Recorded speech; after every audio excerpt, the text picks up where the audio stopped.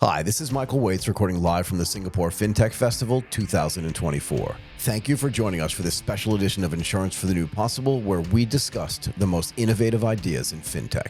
We are joined by Ritwik Ghosh, a co-founder and the CEO of Seedflex. Thank you so much for joining us at the Singapore FinTech Festival 2024. It's great to finally meet you in person. Likewise, great to meet you and great to be here. And thank you, Chuff, for the opportunity. How do you feel like the energy is at the Singapore FinTech Festival? Every time I'm here, I feel like I should be doing more stuff. It is super energetic, isn't It's just, give me goosebumps on how much is going on. I love being here. Okay, let's jump right into this. How do you see embedded finance evolving as a gateway to insurance for micro and small businesses? A great question. I think before we get into embedded finance, particularly for micro businesses, I think taking the perspective of the business and the business owner is really important. So the life of a business owner is stressful. She's trying to manage business operations, finances, her family life. And within that, let's say, take an example of an online seller in Malaysia who imports fabric from Vietnam. Now, when she tries to do that, obviously she wants to do it like, cheap, fast, and easy. Right. But for that, then she has to figure out a way to make the payment. She has to figure out a way to get the cash to make the payment. And then ultimately, if things get spoiled or don't get delivered or gets delayed, she's going to take some risk. Right. So this concept of embedded finance is actually how we live without thinking about finance. Finance is at the backdrop of how we live, and it's supposed to make us live better. So that's how I think about embedded finance, and insurance is a key part of protection in that context. So if we're not thinking about the finance itself, but we're just thinking about living our lives and building our businesses and doing the things that we want to do without worrying about what the back end looks like, how do you make that experience seamless in that sense so that people don't think about it, but they can still do it? I think the key to that is actually for the finance providers to really understand and have empathy with whoever you're trying to serve. Right? I like it. So I would say it's not that as a business owner, I need to do something creative about finance. It is the finance providers, like, solutions like what Seedflex we are trying to do, what Chubb's trying to do, is really have empathy with the owner and say, at what point would facilitation of credit or facilitation of payment or taking the risk away from you would be helpful for you to live a better life. So that's how the provider needs to think about it. I want to talk about credit, right? Because you just brought it up. And maybe you can answer this in two stages. One is, how important are these small and micro businesses to countries like Malaysia, Thailand, Vietnam, and the Philippines? And what role does credit play in providing access to business growth for them? So first, how important? Yeah. I think factually speaking, 90% plus of population either are running micro businesses or working for a micro business. Okay. And 2/3 of the economy of any of these economies is essentially run by micro businesses. Fair enough. So it is how people live, right? I mean, we may have a very corporate view of life. Right, because they're there and you can see them everywhere, you can right? see them, they're so visible. But the small micro business is the real grind of a country, right? So it's incredibly important, obviously, for that reason, people's reasons. And what it's important for is also there is a lot of technology, a lot of digitization that is uplifting these businesses and creating new winners and obviously the non-so-winners, right?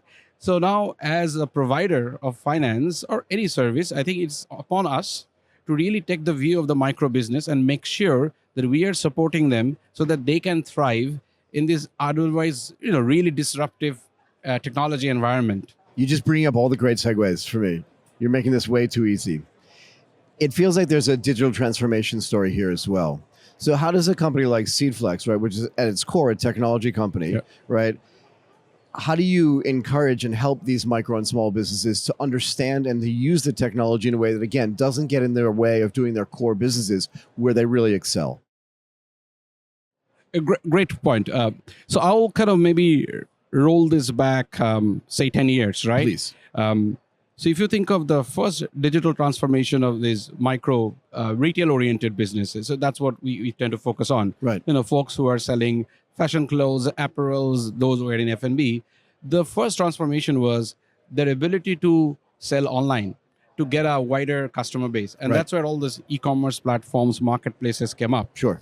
And how did it happen? There was basically an untapped demand, and platforms like Shopify, Amazon, Etsy, they all came up, and they enabled these businesses to get to a wider audience. Right. The second transformation that we saw, and which COVID accelerated, is how easy transactions become on these platforms, or even on Instagram or TikTok and so, which is the embedding of payments and transfers, right, which became commonplace. Now, our role, we feel, is the third wave of that digitization, which is now that they are already selling online, now that they're accepting payments online, why should they now suddenly have to go to a bank or a conventional credit and again reproduce that exact same thing in some different paper formats or PDF format? There is absolutely no need. I think we are here. We need to use all of that information and provide credit on their terms. So up until now, again, before this technological and digital transformation that you just discussed happened, before that happened, it was, let's say, unnecessarily difficult for these small and micro businesses to get credit, right? They knew how to grow, they wanted to grow, but they needed more CapEx to be able to do that. So how do you go about doing that? Is it different data sources? Is it different analysis? How do you manage and mitigate that risk in a way that hasn't been done before using technology? Yeah, so I'll break it down into data sources and the type of data that you need, right? Please. So when you look at micro business credit, essentially you want to understand their sales, you want to understand their expenses, Right. and based on that, you can make your judgment about sales trajectory, their margin. Simple maths. That's never changed. I don't know. In the last 1,000 years, that hasn't changed, right? There's a cost of goods sold. There are the goods that you sell and the other cost you have The to net build is that what you business. make, right? Exactly. I mean, simple. However, the trick here is it's not just that data. It is the authenticity of that data, recency of that data, Right. Frequency of that data, Interesting. and granularity. So I say there are 4 factors which are really important. Right. And all these 4 factors, 10 years back, have always been very hard. So you have to produce your bank statement, you have to Right. get your credit bureau, you have to do your P&L. Now, today, sitting here, if I'm underwriting on F&B, who is selling on one of the on-demand platforms, I get authentic data by integrating with the platform. I understand their sales. By getting their procurement data on a B2B platform, I know what they are buying. I know how their tables are turning if I'm working with the SaaS. So my short point is the authenticity, the frequency, recency, and granularity is all now out there, which then we as Seedflex and other companies can essentially use to make a much better quality credit decision and a dynamic decision than asking them to submit a bunch of stuff which is outdated. Which is outdated. So let me ask you this then as well. Once you get them into that ecosystem, right? Because prior, getting any financial services product was hard for them, right? But credit is kind of like the basis of how they run their whole business. But now they need protection. So how do you get them from credit into insurance so that if something happens inside their business, then they're protected? So on this, I again go back to how I understand the small business owners' life and questions, right? Sure. The first thing they struggle, they think about is the payments I need to make, and either for my purchases or my salary or money I need to grow. That's it. Can I sell more, right? That's Right. their, Right. If I had more resources, could I sell more? Could I make more? exactly. Right. So that's their everyday thing. Yeah. The second thing that comes in that context is where am I going to get this money from? Right. Which is what naturally leads to the conversation on credit. If I don't have it in my bank account, or if I have an easier source, Where do I get it? where do I get In it? a way from, that's right? effective and efficient for me, right? Exactly. Right. So we are lucky that credit is the second point that comes in a natural mind map of a small business Sure. owner. I think the point of insurance is right after, which is, okay, now I know what to pay and how to pay. What if certain things go wrong? Right. Like I'm paying for something to be delivered from China. What if it doesn't get delivered, right? Or Right. I am delivering something to India. What if it gets lost? So this third one, I feel, is essentially what insurance is. Protection. Protection, right? But I see some challenges here, which is if you jump the mind map and try to force an insurance conversation too soon in the life cycle of the consumer, then you're not going to get contextual relevance. So you have to come through this, step-by-step function and embed it in a way where it feels like, yeah, I need some protection, and this is here, right? Well, because you're already going through a multiple stage process. You're talking to entrepreneurs and micro and small businesses, right? And saying, you've never had the ability to have credit. Let's get you there first. Let's get you in a position where you can grow your business based on things you may have heard of and may have seen other business, even bigger businesses do. Let's get you there. And once you get there and you're comfortable with that, then we can give you protection, right? So it is in the journey for them as well. Yeah. That's right. That's exactly how it is. And I draw a parallel of how it is evolved on the consumer side, Tell which me. is, when you're, first of all, you want to go for a vacation to Bali, right? Okay, To first Bali? thing, let's say, I'd love to go. If I only had time. maybe right after SFF. Maybe. So what do you do, right? You're going to look up at hotels, flight tickets, etc. That's the top of mind. That's Right. what That's gives the you first thing I'm excitement. doing. First thing you're going to do, Right. right? Then once you have gotten to that, then you're thinking of, well, am I going to use my credit card? Am I going to use my debit card? Whatever it is, right? After that, when you're at least on the SQ site, or if you're like me, probably Scoot, and you're trying to figure out which flight to take, that's when this contextual insurance actually comes in to say, Right. well, a flight has many variables. And have you thought about how to protect yourself? Right. So I think on the consumer side, a lot of this has progressed because it's just easier to discover consumer journeys and embed, and there are more platforms. Right. I feel on the SME side, micro small business side, it's happening now. Now that I see a lot of restaurants in our catchment, Right. they're buying through online procurement platforms. So when you're buying through procurement platforms, of course we can give you a credit facility, but we can also give you a add-on to say if your eggs are all broken or things gotten delayed, here is a cover, right? This is the relevance you're talking about. Right. It's right there. It makes perfect sense to them, right? It's not like some insert. It makes perfect sense in a relevant sense. Yeah. I like it. And you're seeing this happen. We're seeing this happen. Yeah. I mean, it's all maps out, right?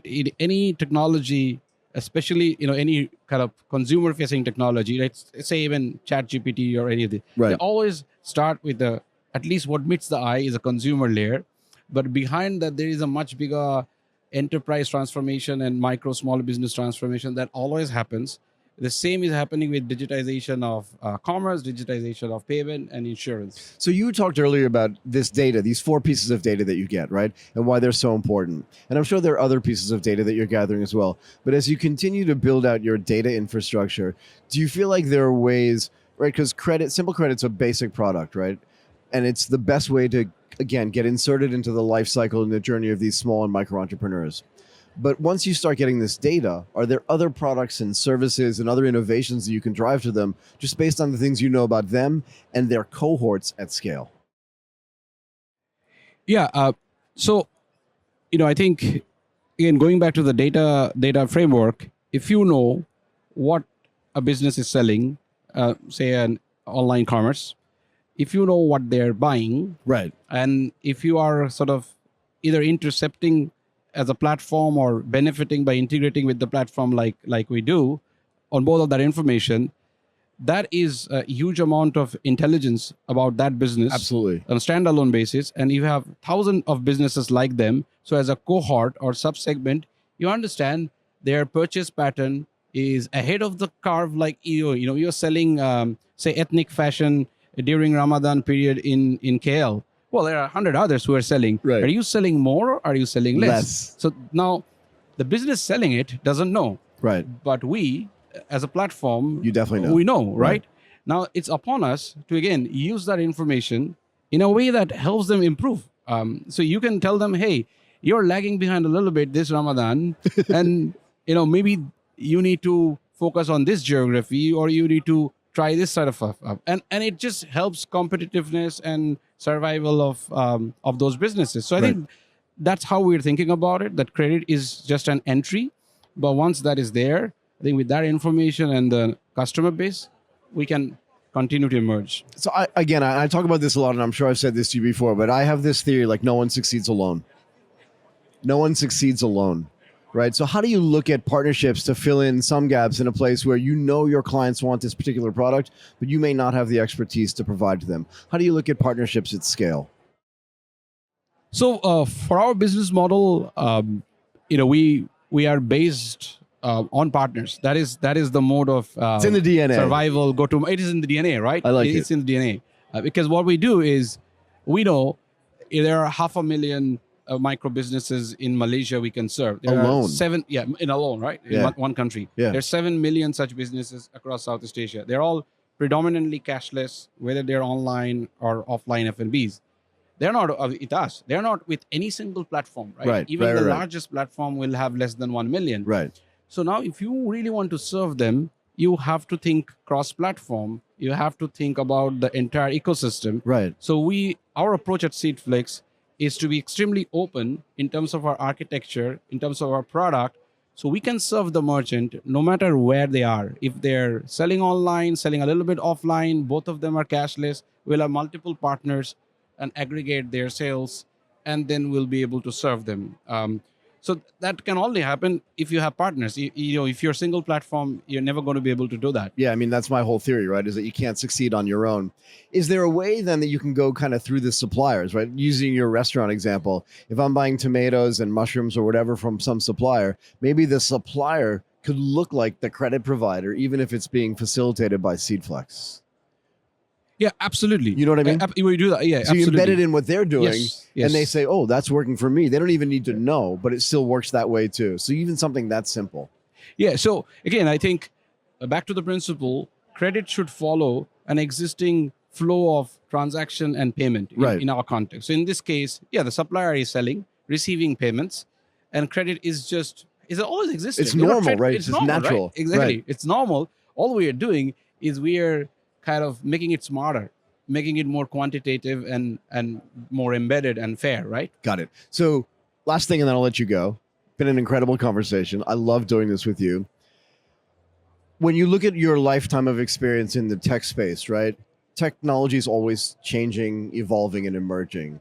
When you look at the emerging technologies that are coming out now, what are the ones that excite you that can get used by you to then help you make your client base and your customers happier? So one that we are, functionally really excited about is where payments is moving and where payments infrastructure is moving. Okay. So the ability to move money from any part of the world to any part at a very low cost It's very important. is really I was going to ask important. you earlier about FX, right? It was one of the Yeah. things you didn't mention. Sorry, go ahead. So that's really important. And the fact that it's now happening through national platforms and infrastructures, and those infrastructures are opening up Right. for players like us to integrate into and learn from, or maybe build on top of, is incredibly,